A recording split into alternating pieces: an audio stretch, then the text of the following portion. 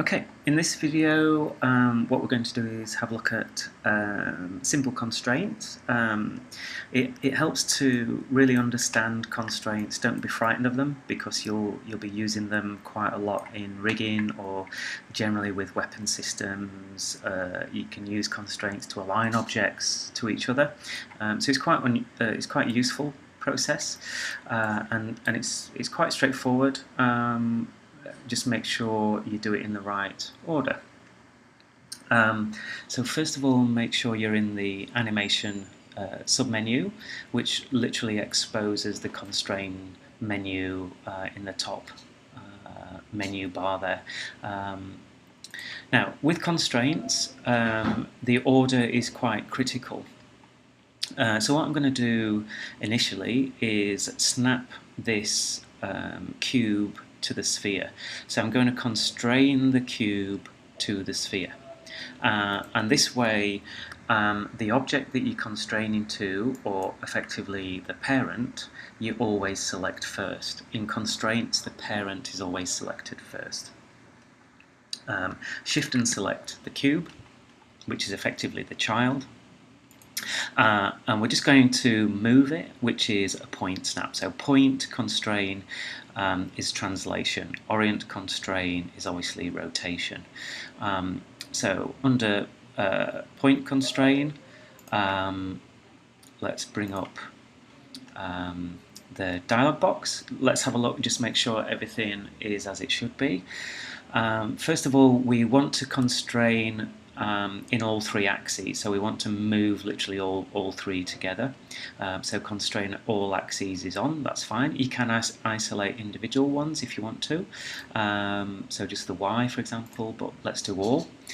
And we don't want to maintain this offset, we literally want the cube to snap to the sphere. So keep maintain offset off, we don't want to maintain offset. Okay.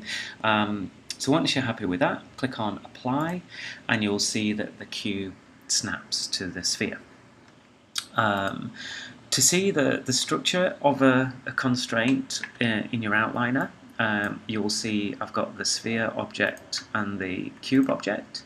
And now that the cube is constrained, you click on the plus and you will see that the constraint is listed there. So it's a physical node that you can actually delete if you want to. Don't be frightened of it. The exclamation mark just is the icon for constraining, that's all. It's not that there's an error.